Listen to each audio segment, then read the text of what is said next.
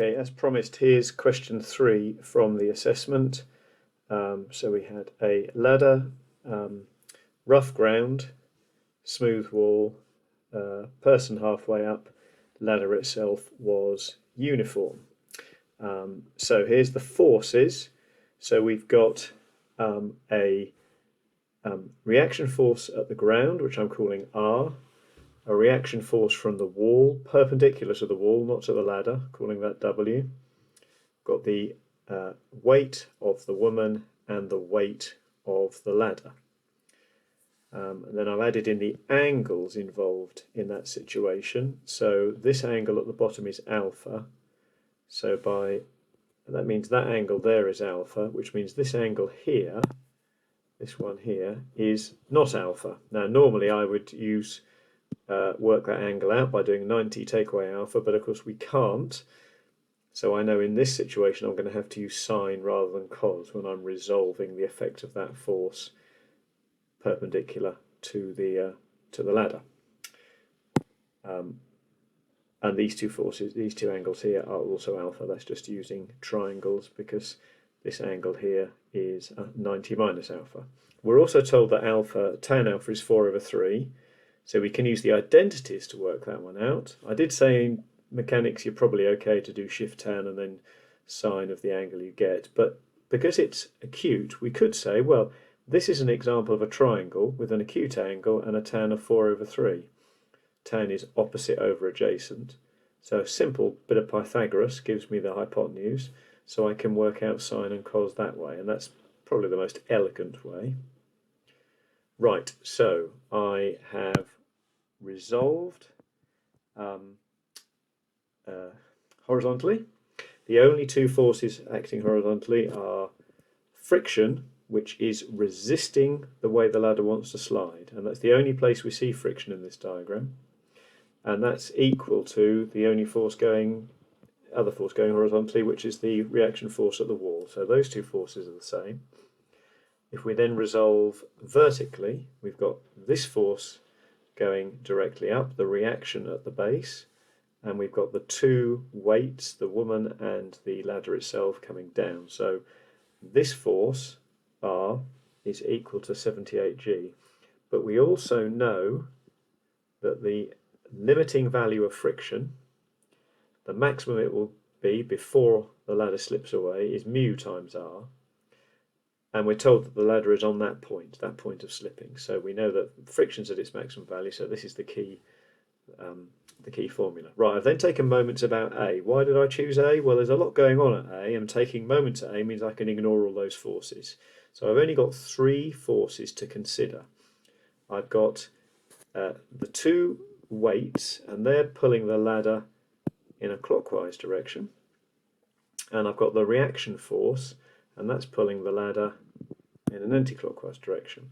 And I need to consider the components of those forces perpendicular to the ladder. So in the case of 18G, it's 18G times the cos of alpha.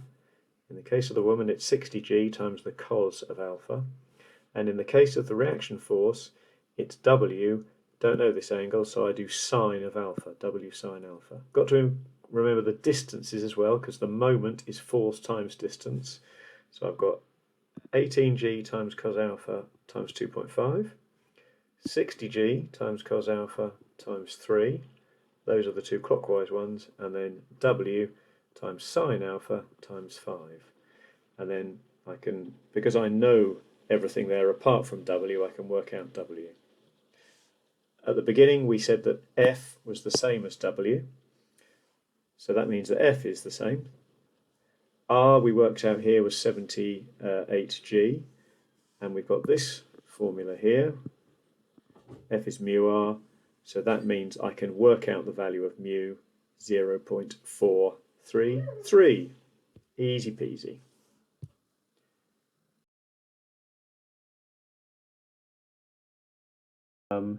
So we're asked to state the hypotheses and use a 5% significance test for whether the population has a negative correlation.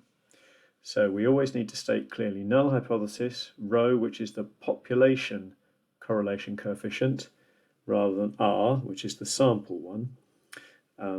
Rho is 0, always that. So that's always the null hypothesis. And in this case, our alternative hypothesis is that rho is less than 0 because we're testing for negative correlation.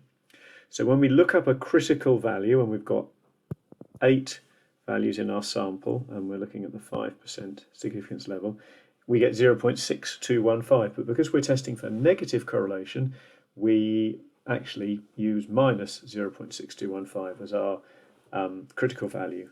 Now the actual value is that, which is much, much less, more negative. So we can say, right, minus 0.9 is less than minus 0.6215. So we have enough evidence to reject the null hypothesis and suggest there is a negative correlation. And when we look at the mark scheme, both of those things are required.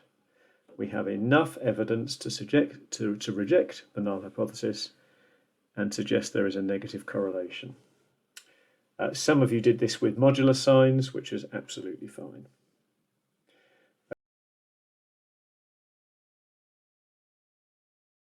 In this one, we were looking for correlation that was greater than 0.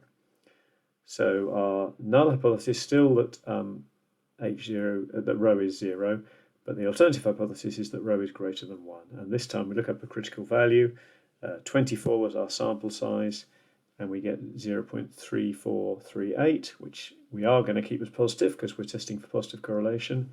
The actual product moment correlation coefficient for the sample is here.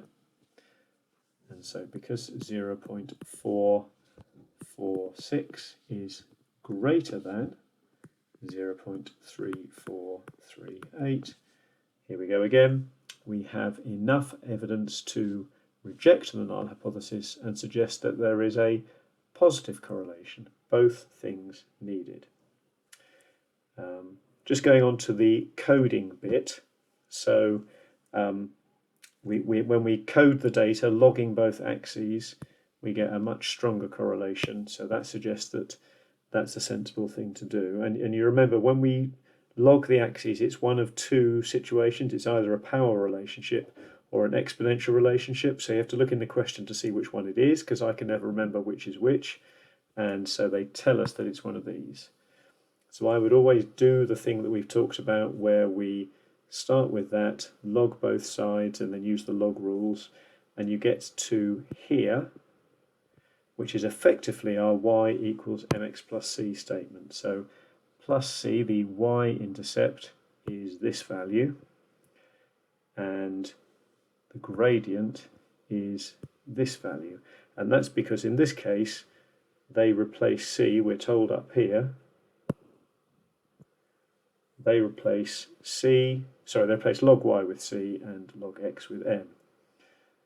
So we get the equation, we're actually told the equation here. So what that means is that the value of n, which is the coefficient of m, is 0.89. So that means that n is 0.89.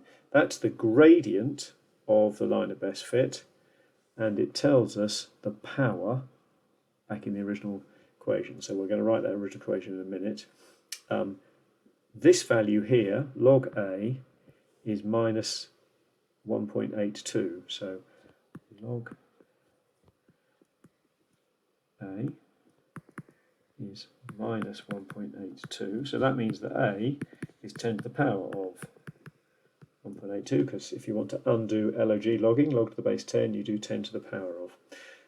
So what that means is we can write that, here we go, so y is equal to 10 to the power of minus 1.82, which lots of you worked out, which is great, x